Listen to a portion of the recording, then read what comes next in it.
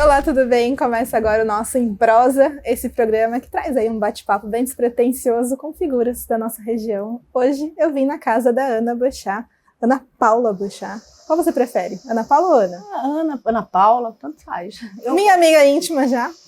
Amigona. Porque eu cheguei aqui, até a gente arrumar todo esse programa, a gente ficou batendo papo. Vocês que nos assistem perderam um monte de assunto, até fofoca da história rolou sobre a Anitta Malfatti, mas tudo bem.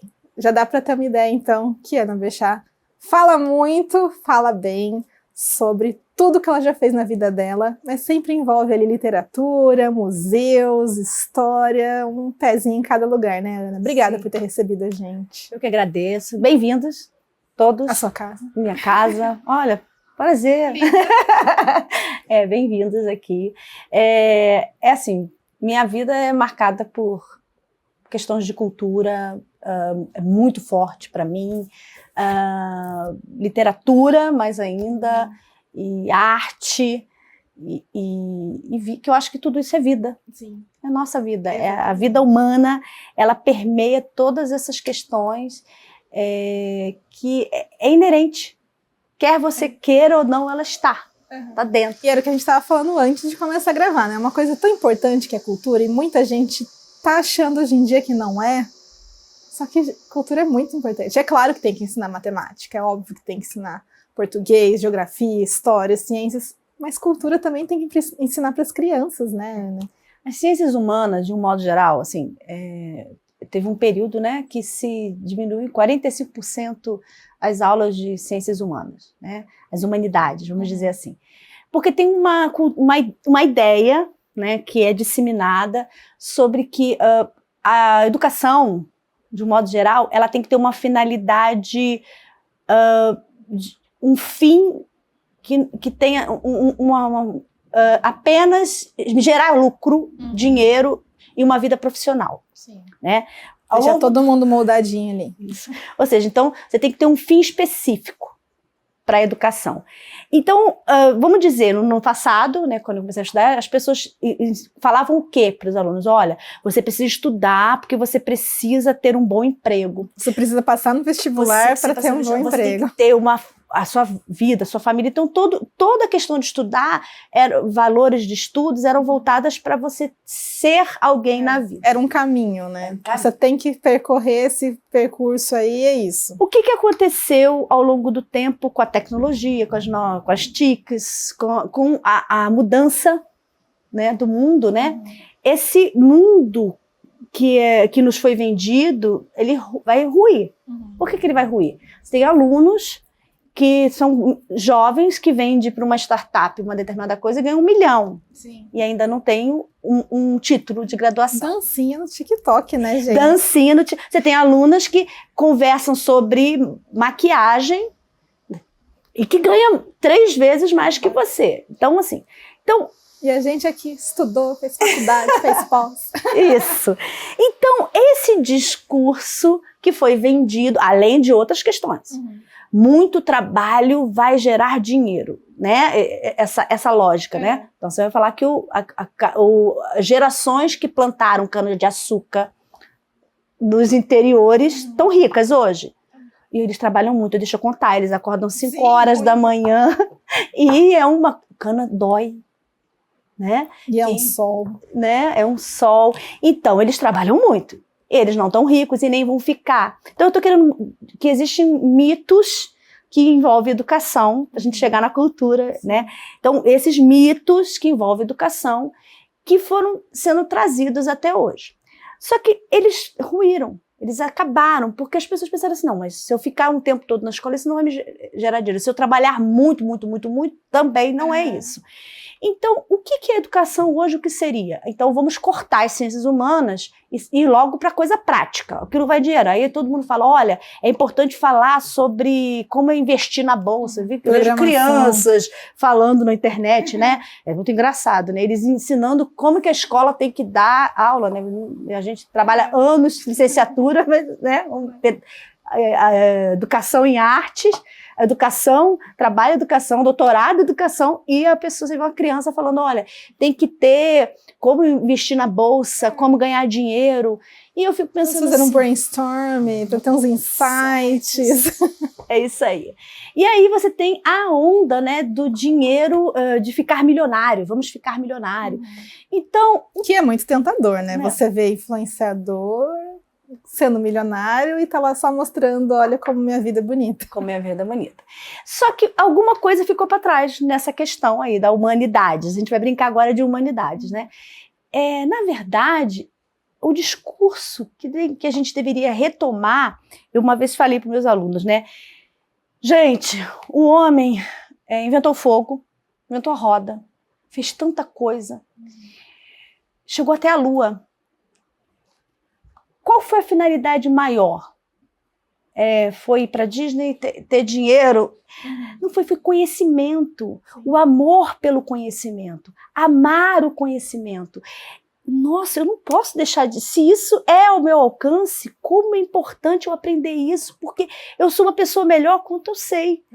Então, se eu tenho um Oscar Niemeyer, que era excelente em matemática quando criança, vamos dizer assim, e desenho, você tem ele também, um homem que era interessadíssimo em arte, era interessadíssimo em história, era interessadíssimo em literatura.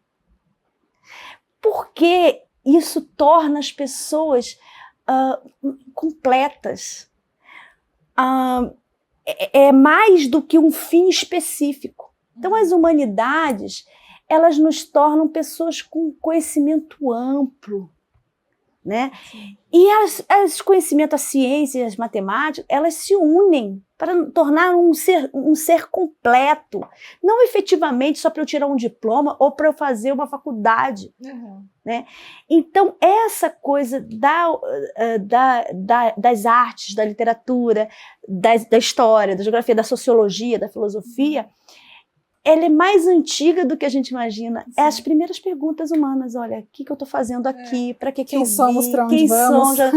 E aí, o chat GPT não vai te responder isso.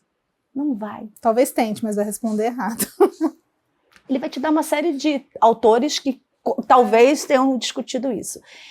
E, primeiro, porque nós não somos uma massa, nós somos uma diversidade e nós somos únicos dentro de grupos.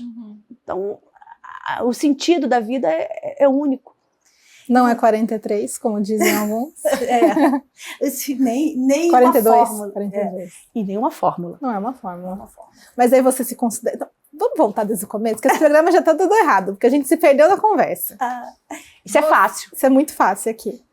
Você nasceu no Rio, foi para Brasília, fez faculdade de letras, formou em letras.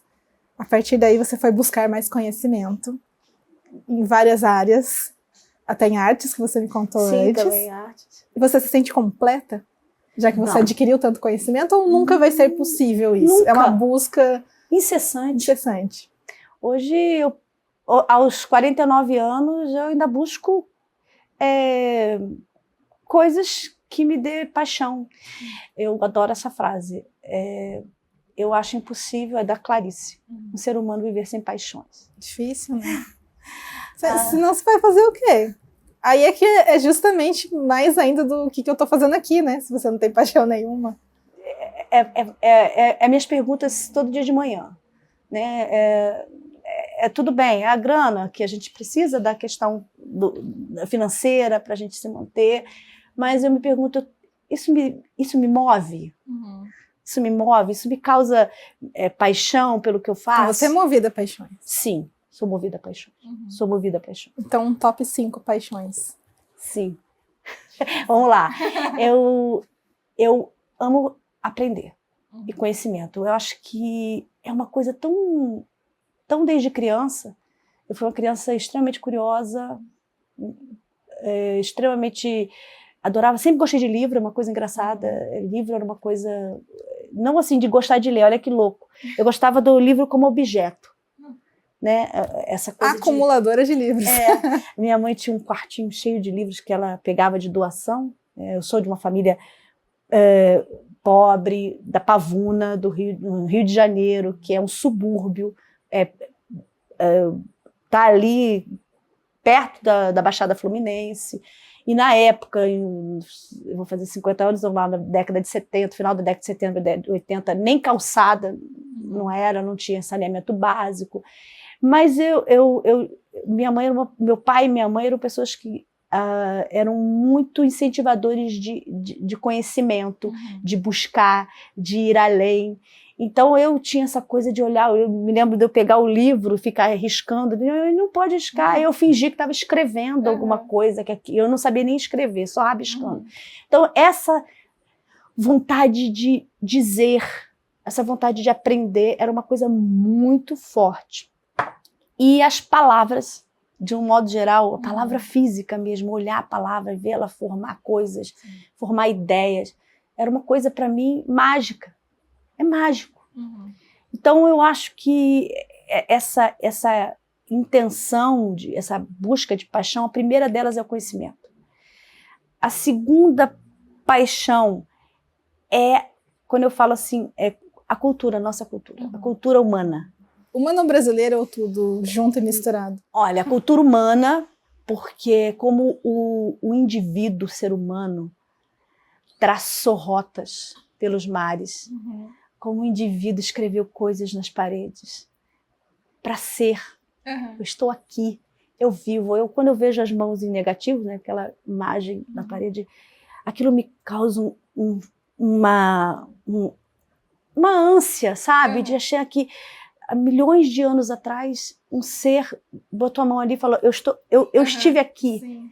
Essa mesma sensação que eu estou tendo hoje, eu estou aqui. É para mais do que ficar milionária. Sim. É para mais que isso. Então, isso mexe muito comigo, né? A questão da cultura humana. E eu vou botar no top 3 a cultura brasileira, porque eu acho que eu vou dar uma separadinha, porque eu amo muito essa brasilidade. E vou até colocar ali um fiozinho da latina americana. É porque vendo a sua biografia, que eu dei uma pesquisada, eu vi uma frase que eu achei legal, que você define a sua naturalidade como brasileira e não apenas carioca. Porque você se sente, tipo, não sou só um pedacinho ali do Rio de Janeiro. Você é um pouquinho de cada lugar. Até mesmo que morou até na Amazônia. Sim, morei em São Gabriel da Cachoeira, na Amazônia mesmo, não em Manaus. Mas até brinco às vezes aqui, eu tô Tabatioca também, eu brinco também que às vezes eu tô fazendo algum discurso aqui, trabalho muito aqui e falo Taubatioca, mas eu sou brasileira. Mas assim, num senso de achar tão interessante essa terra que é diversa, que é tão grande, E eu conheci tanta gente, quando eu morei em Brasília, eu conheci pessoas de diversos estados, porque lá em Brasília, basicamente, inclusive na UNB, e no lugar onde vivi, em Brasília, principalmente 2000, vamos pegar em 1998, 99, que eu vivi lá, tinha muito pouca que era só dali de Brasília, que era, vamos dizer, que era o verdadeiro candango. A maioria das pessoas eram de fora. Então eu conheci gente do Piauí, conheci gente do Amazonas, conheci gente do Sul, e fiz muitas amizades maravilhosas, e você vai vendo essa diversidade de cultura, de formas de dizer, de palavras. É o lado bonito do país continental, né? Sotaque. Né? Brincar, macaxeira, fala aipim, carioca. A gente tava falando do cuscuz aqui, né? Cada lugar é cuscuz de um jeito. Essa coisa linda. Eu também sou apaixonada, né? Eu vou em São Luís de Paraitinga e vejo como o povo transforma aquilo que é comum em algo sagrado, sabe? E você vê Boi Bumbá na Amazônia, você vê as festas tribais, você vê em Brasília. Você chegou aí em Parintins? No Amazonas não tem só o Parintins, né? Tem muita coisa, mas é que é o mais famoso. Eu não fui a Parintins, porque Parintins, você tem uma noção, a Amazônia é uma coisa imensa. Sim. São Gabriel da Cachoeira, que é no Alto Rio Negro, ela fica, vamos colocar aí, a 2 dias de barco de Manaus capital, que é totalmente contrário à direção de Parintins, para o outro lado. Fica no Amazonas, mas é totalmente longe, por exemplo, do Pará. Sim. Então, a Amazonas ali São Gabriel da Cachoeira, ela fica próximo ali é a divisa, né, com a Venezuela. Então, assim, lá também tem as festas tribais. Como você parou lá? Ai, como que eu parei lá? Eu ia perguntar como veio parar em Taubaté, mas vamos fazer essa parada antes. Como parou lá? Bom, eu já tinha terminado a faculdade de letras, já era professora em Brasília, dei aula anos lá em Brasília, e quando eu terminei um curso, né, eu fiquei muito envolvida com essas questões que estavam tendo projetos na Amazônia para a formação de professores, né? Veio uma lei em que os professores deveriam ter a licenciatura e tal, então estavam tendo muitos projetos, o Parfor, né, perdão, esse Parfor que foi para a Amazônia e tal, e também a questão da internet que ia ser colocada lá, e eu fiquei muito empolgada. O meu esposo é militar na época, e o spoiler do porquê você veio parar aqui. Um dos spoilers do parar aqui. Mas mais ou menos, também foi uma escolha. E aí eu falei, olha, vamos para esse lugar e vamos viver. Eu tinha os meus filhos pequenos e nós fomos com a cara, coragem, e lá eu trabalhei bastante. Foi mágico, foi maravilhoso ver, assim, a cultura, né, se desenvolvendo. Eu vejo assim, hoje, falar disso hoje, né, porque hoje é um dia de lembrar dos povos originários, né, dessa consciência da luta dos povos originários, e você vê assim, alguém falar assim, nossa, eles lá, eles usam roupa, eles usam celular, óbvio, eles são seres humanos, assim como nós vivemos nessa década. O que é muito... raríssimo, né? Um povo que realmente ainda é considerado hoje que não tem acesso a... E tomara que eles continuem lá, naquele lugar. E alguns povos são protegidos. Ufa, pela FUNAI, que eles continuem lá, mas eles vivem em risco por conta da mineração. Sim. O bendito querer tirar tudo proveito da terra, né? A mineração, ela tira os povos dos seus devidos lugares, eles usam mercúrio na mineração e poluem o rio, tá? Então, você tem aí questões que são caras. Então, você vê tudo isso ao vivo, mas você principalmente experimentar a comida, você viver aquele universo. Eu dei aula lá, participei de projetos. É muito... você vai se apaixonando pela cultura. Por isso que top, máximo, cultura brasileira, em todas as suas facetas. Quando eu cheguei aqui, também vim na hora de sair, né, que lá tinha um período que fica, né, eu passei os anos lá, e quando vier, eu falei, olha, se vou voltar para o Rio, falei, por uma questão de acomodação familiar, da vida profissional do meu marido e tal, e ele falou, olha, escolhemos Taubaté. Quando eu cheguei aqui, outra paixão, cultura caipira, cultura caipira, a questão aqui muito forte sobre a literatura. Eu achei interessantíssimo esse amor à literatura que aqui tem. Depois descobri outras coisas de arte, a gente estava falando da Georgiana, né? E fui conhecendo um pouco mais dessa cultura que tem, do Saci, que está além do Monteiro Lobato. Você tem os causos, você tem toda uma trajetória, as figureiras, e aí você vai vendo o quanto... Aí a gente volta para o ser humano. O ser humano, a cultura humana é inerente. E ela faz parte de nós. Então, quando a gente fala de a importância da humanidade, a gente entra também na literatura. Quando eu estava estudando na faculdade, eu gosto sempre de repetir isso em outras entrevistas, porque eu vou falar que é aquilo que me marcou na literatura e vai chegar onde que é a minha vida hoje, né? Antônio Cândido tem um artigo, um texto, né, dele, que virou livro, que chama O Direito à Literatura, que surgiu junto naquele período que estava se falando dos direitos humanos da Unesco. E ele coloca a literatura como um direito humano. Sim. Faz sentido. Aí você fala assim, mas por que a literatura é um direito humano? Agora eu falo literatura, não é, a pessoa já vai ligar, é ler um Machado de Assis. Não. Leitura. Ler o mundo, ler a vida, ler o outro, ler os fatos, ler os conhecimentos, ligar os conhecimentos, ler quadrinho, ler o outdoor. Gente, lê a bula do remédio. Ler a bula do remédio. A embalagem do shampoo. E quando a gente fala de ler literatura, agora eu vou chegar, ler literatura no sentido de que a literatura é uma bagagem de um conjunto de narrativas, eu vou falar agora de narrativas, experiências humanas em todo tempo, em todo lugar, e que aquilo te toca. Quem nunca, ao ler, a pegar um texto, né? Agora eu vou pegar coisas que você lê e aquilo te diz tanto. Nossa, sou eu, né? Isso sou eu. Isso não necessariamente você pega um texto, por exemplo, eu peguei quando eu conheci claro, você fala, literatura portuguesa, mas quando eu conheci, eu sou fã do Fernando Pessoa também, que ele fala para ser grande, ser inteiro, nada teu exagera ou exclui, põe tudo que és, no mínimo que fazes. Aí você vai falar assim, caramba, e você lê aquilo e você sente assim, caramba, eu tô vivendo um momento que você se exclui, você tira, não, isso não é bom em mim, isso, eu falo demais.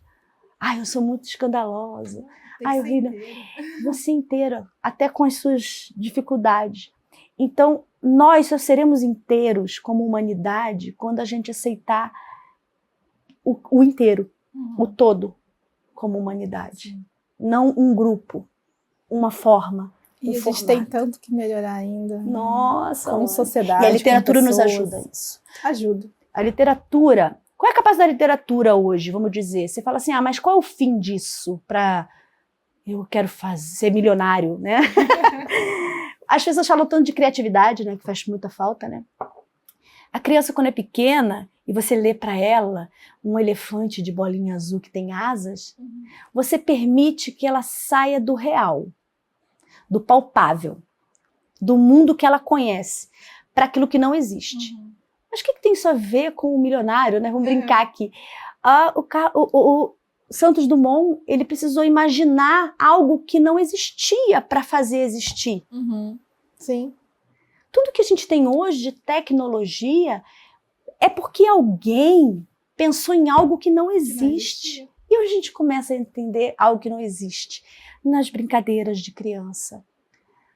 No tão famoso brincar da criança, na leitura de coisas inimagináveis, de lugares, Reino das Águas Claras, vamos brincar aqui, numa boneca falante, ou de qualquer coisa que tire você do próprio quadrinho, de você ler o quadrinho quando era criança de super-heróis, e você vê aquele universo que te faz escapar da dureza das coisas que são. As coisas que são vividas. Mas nós humanos precisamos de mais. Não é viver no escapismo. Não. De jeito nenhum. Mas a gente precisa de mais. A gente precisa sonhar com o que não existe. Isso nos fez chegar até aqui. Isso fez as caravelas irem até longe. Fez Ana chegar em Taubaté. Também. Então, esse direito à literatura e à leitura, ela é outra paixão. A literatura, para mim, é uma paixão maior, porque ela vai da minha paixão primeira, que é a palavra. É o poder da palavra, é a pessoa, o dizer, a voz. E aí você fala assim, a palavra, eu vou brincar agora, a palavra material, que a gente lê a letra, não. A palavra, ela pode estar numa imagem, numa pintura. Sim. É o poder de dizer. Né? A gente brincou aqui no começo, a mão que está ali, eu estou aqui, eu passei por aqui. Na faculdade de jornalismo a gente estuda semiótica, que é o que essa foto, o que esse quadro quer dizer, né? Quer dizer alguma coisa, não é só uma imagem estática. Por isso que você vê Basquiat, você vê os irmãos, os gêmeos, que com as suas imagens estão dizendo alguma coisa. Então você tem como é importante o papel de poder dizer. Então essa é uma paixão para mim muito grande, porque você tem esse poder que você pode, por isso a licenciatura, a minha profissão, né, que era ser professora, de ajudar as pessoas a poderem dizer, né?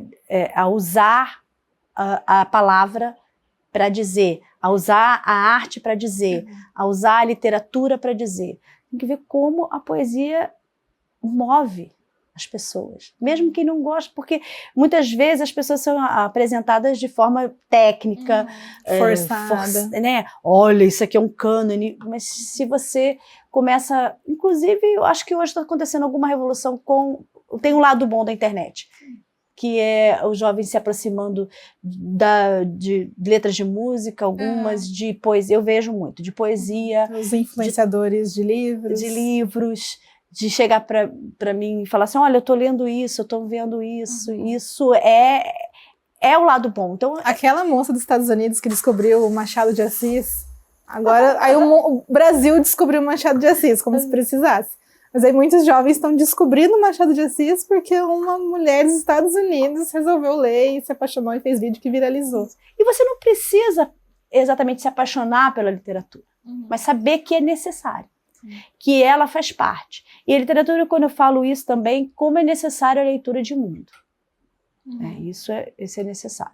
Então, a minha trajetória é marcada por todas essas questões que ainda continuo, né? Eu ainda continuo buscando todas essas coisas.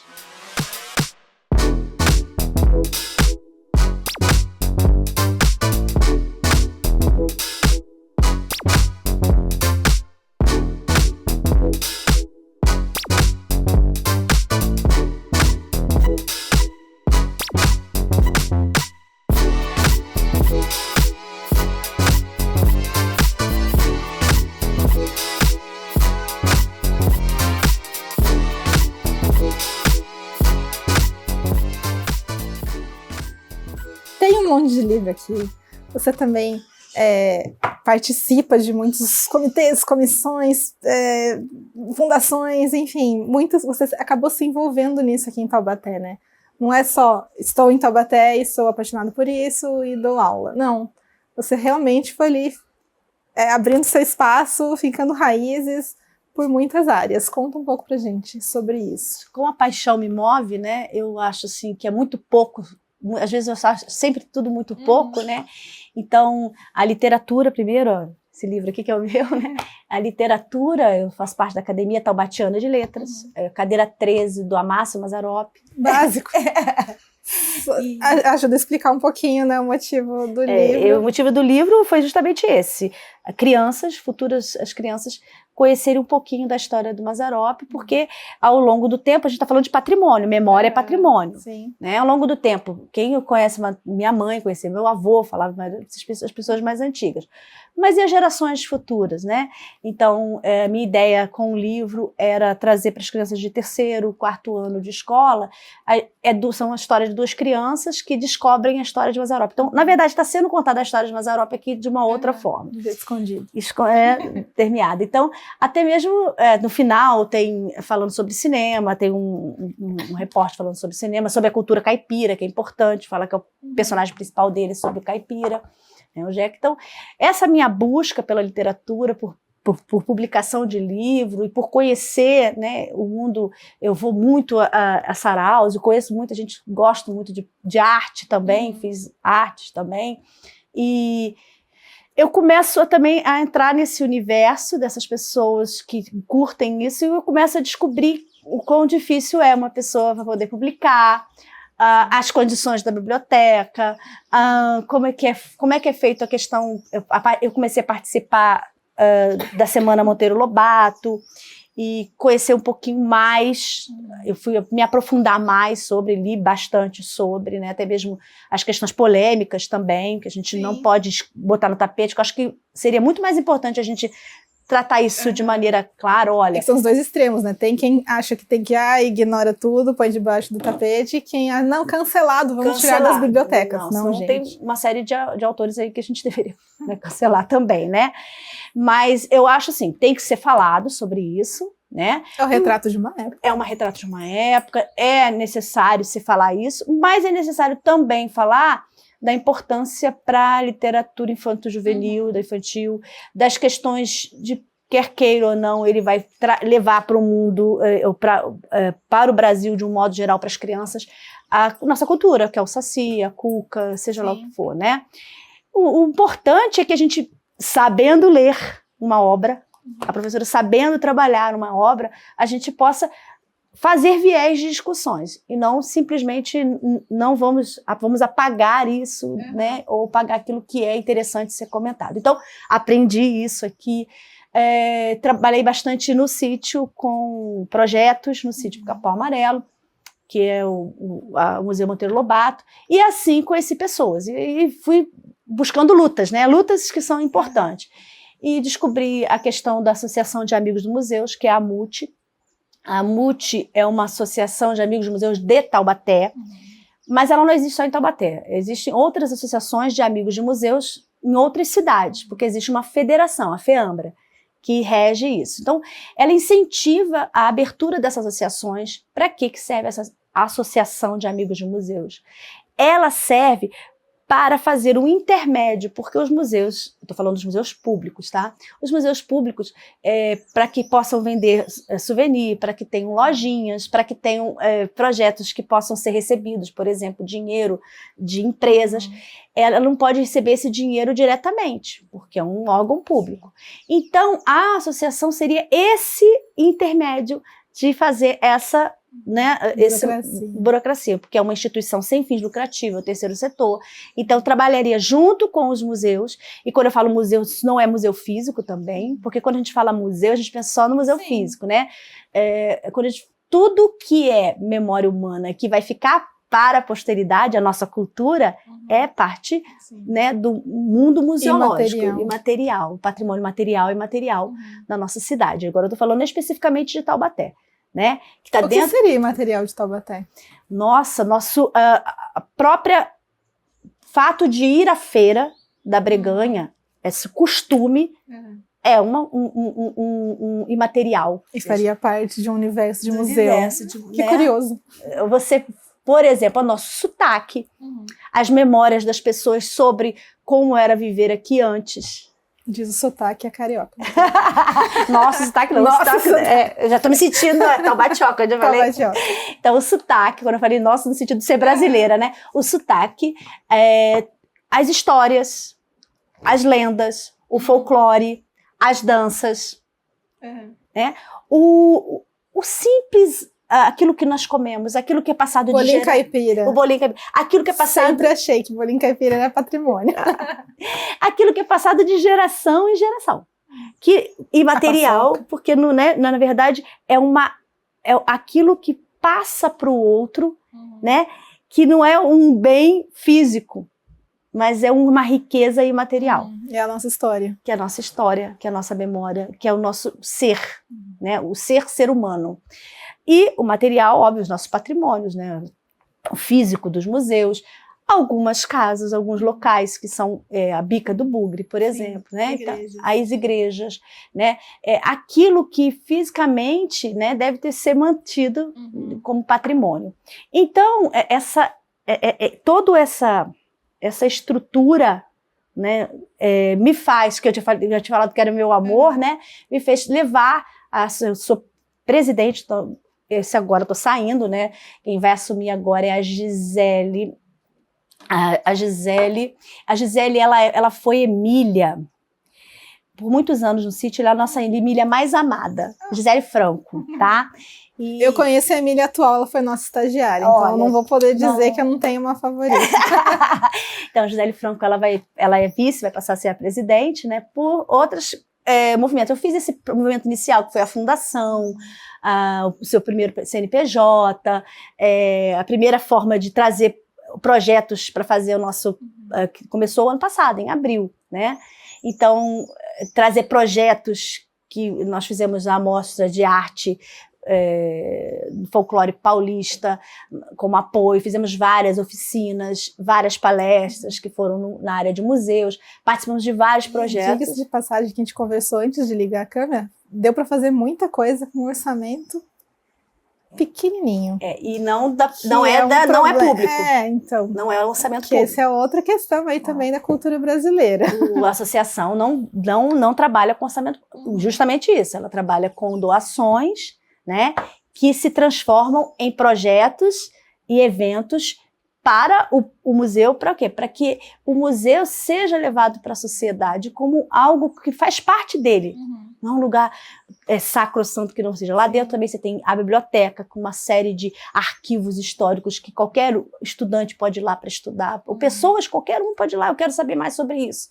Tem gente para atender. Então, essa foi outra movimento que eu fazia. Por conta disso também, por estar ali lutando pela questão da festa literária, que para mim era muito importante, né? Desse acontecimento, para que a gente efetivamente tenha, porque a gente tem um nome, né? Capital da Literatura Nacional da Literatura Infantil Juvenil. Eu tenho que usar esse nome efetivamente, como? Tendo mais incentivo a escritores, mais incentivos a editoras, mais eventos de concursos literários, mais eventos nas bibliotecas para promover a leitura. Então, fui parar no Conselho Municipal de Cultura, na área de livro, literatura e bibliotecas. Então, lá eu participei agora do Plano Municipal de Cultura. Esse Plano Municipal de Cultura, em dezembro, nós fizemos... em novembro teve a reunião final para aprovação. Nós estamos aguardando esse processo de aprovação, né? E esse está em processo de discussão. Esse Plano Municipal de Cultura pode atrair é importante para a cidade, porque atrai incentivos federais através do Plano de Cultura. E nesse plano eu lutei muito por isso, por uma questão das bibliotecas públicas, não só para melhorar a biblioteca pública fisicamente, ou para ter livros, ou para ter cuidar do arquivo que já tem lá, mas para que tenha projetos efetivos para que as pessoas possam trabalhar a leitura, rodas de leitura, né? E existe muita gente que está trabalhando com isso, que sabe muito, né? Feiras literárias, mais sarau, sabe? E assim, ter esse contato, porque tem muitos autores, nossa cidade tem muitos autores, tem muita gente trabalhando em literatura. Então, assim, é maravilhoso. Então, mais essa empreitada que eu tive, que eu participei, estou participando, né, que envolve essas paixões. São muitas paixões. Mas tem que dar conta de tudo isso, né? Dar uma vazão para toda essa paixão. Acho que você está dando conta. A gente, como ser humano, né, a gente, né, tem aquelas piripaques de vez em quando, né? Tem, né, que é aquela parte que você fala assim, eu preciso fazer mais, né, quando você fica se exigindo tanto, né? E você vê que muita coisa não depende de você também. Sim. Que as coisas também... para você não perder também a alegria ou o bem, né, daquilo que você está fazendo, fica muito, eu preciso lutar para isso, aí eu falei assim, opa, eu tenho que voltar à questão do prazer, da paixão, porque para mim isso é melhor, é o que me move. Então, ir para o audiovisual, eu fiz análise do discurso também na Unital, na pós-graduação, mestrado, e através disso eu me envolvi muito com essa questão da semiótica, do dizer, daquilo que não é dito, do poder de dizer, e eu me apaixonei demais por a questão da arte também, da semiótica, e gosto demais das pessoas que têm essa facilidade. Então, eu posso dizer que essas coisas são tão caras, são tão importantes, né? Você conversar com alguém, ver a narrativa de alguém, daquele senhor que passou a vida toda indo na Breganha montar aquele paninho ali. Se você descobrir um pouquinho da vida dele. Eu conheci também, semana passada, um senhor, o senhor Davi, né, que ele tem um monte de história, que o pai dele daqui da região, e ele falando sobre obras, sobre quadros, sobre questões dos primeiros cinema. Então você vai conversando com cada pessoa que você vai conhecendo e você vai vendo assim, gente, quanta história, quanta riqueza, quanta narrativa. E por isso que eu gosto desse programa. Tá batendo papo com as pessoas. Prosa, né? Tem uma dedinho de prosa. Quanta prosa tem por aí? Quanta prosa que às vezes fica perdida. Fica. Né? E daí muita gente fala, eu fui pra Europa, visitei vários museus. como tal cidade tem tanta cultura, Taubaté tem cultura, Taubaté tem muito museu, né? O que você pode falar para essas pessoas para convencer Vamos lá, que o Brasil também é riquíssimo e que deixa muita cidade da Europa ali no chinelo? Primeira ideia de que cultura que as pessoas têm é a ideia da... Não sei se vocês lembram, minha avó falava assim, tá vendo como ela é culta, como ela tem cultura, né? Tem essa ideia, de novo, a gente está falando de um processo do passado. Porque a ideia de cultura é a ideia da cultura europeia, como um modelo. Quando você começa a olhar que cultura não é um modelo, que cultura é a vida das pessoas e que ela é riquíssima. É um estilo de vida. Né? Que a gente passa café, né? Eu vejo hoje como tá na moda no TikTok, não sei se você já viu, uma série de gringos que estão morando no Brasil falando, olha, eles passam café, o café é delicioso, né? E aí eles vêm pra cá e acham tudo incrível, como a gente usa chinelo, né? E eles não usam chinelo, como a gente toma banho várias vezes, isso faz parte da nossa cultura, né? A nossa história, né? A nossa memória. Então, quando a gente começa a perceber que, né, aí falou assim, olha, eu vou lá, não é não valorizar a cultura lá, vou lá e acho lindo, eu acho lindo, maravilhoso. Eu sou fã do Van Gogh, eu sou apaixonada pelo Van Gogh, tenho ele tatuado no meu braço, mas isso não quer dizer, isso não me tira a ideia de achar que eu gosto muito do Justino. E da Georgina, que é maravilhoso. Então eu quero dizer que a humanidade como um todo é uma experiência incrível. Eu adoro Frida Kahlo, né? E você, Tarsila, e você vê aqui, agora mesmo, eu vou falar, vou fazer para o Fábio Scarese, a artista plástico que está na AMUT, ele que fez os desenhos para os nossos produtos, os copos, ele pinta maravilhosamente. Então, se você vai falar de futuro da nossa cidade, da riqueza futura da nossa cidade, primeiro, a gente tem que compreender o passado, valorizar o passado. E dar espaço para o novo, né, para os novos artistas, os novos autores, né, que vão vir, dar essas condições, porque a gente fica também só reverberando. O mesmo era da Vinci. Tem muita gente boa em qualquer época. Então você vai à Europa, tudo bem, lá é lindo, ok, mas aproveita, passa aqui, no seu museu aqui, e vê assim, nossa, claro, você não vai comparar numa questão que a gente vive numa comparação que é absurda. Né? Então, assim, o que você vai entrar ali e falar assim, olha, que eu quero saber um pouquinho mais da história da cidade onde eu vivo. Eu quero saber um pouquinho mais sobre por que o nome é Taubaté. Eu quero saber um pouquinho mais disso aqui, onde eu vivo, desse lugar onde eu construo, onde eu estou. Eu brinco assim, em todo lugar que a gente vai viver, é tão importante a gente se inteirar e assim, eu estou aqui, eu faço parte desse grupo, eu também agora estou compartilhando com vocês. Voltando a fazer como aquele homem na caverna que botou a mão e falou, eu estou aqui. Eu passei por aqui.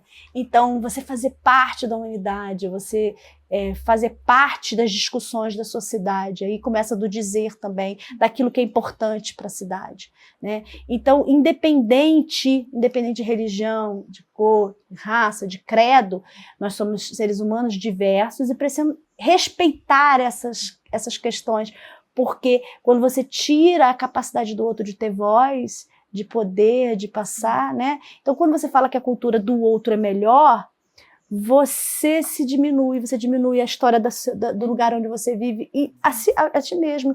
E quando você, é tão gostoso, né, quando alguém, né, lê um livro, vamos supor de fora, e fala assim, olha, lá eles passavam um tô brincando do café, fazendo café no pano, no saco, e você se identifica, opa! E aí que é a questão que até a Chimamanda fala lá na África, que as crianças liam só a Branca de Neve e não tem neve. Sim. Certo? E como seria bom as crianças lerem obras que falem daqui, da região que elas conhecem. Olha, aí eu sei o que é um ipê. A história do ipê amarelo, eu sei, porque eu vejo na calçada. Olha ali o ipê amarelo. A gente não pode fazer isso com a neve. Sim. Ler a neve, a Branca de Neve, mas saber que nós temos literatura que falam de nós, que a gente se encontra como identidade de um povo. E assim, quando a gente se valoriza, quando a gente valoriza a nossa história, a gente desenvolve como indivíduos, porque só assim. Sim, só assim. Mas cultura é bom demais. É verdade. Ana Boechat deu a sua marca, deixou aqui no nosso Em Prosa a mãozinha dela, mas infelizmente acabou. O nosso acabou faz tempo, desculpa te contar. O tempo passa muito rápido quando a gente tá falando de coisa boa. E falar de cultura é sempre muito bom. Falar de história, falar de tudo é muito legal.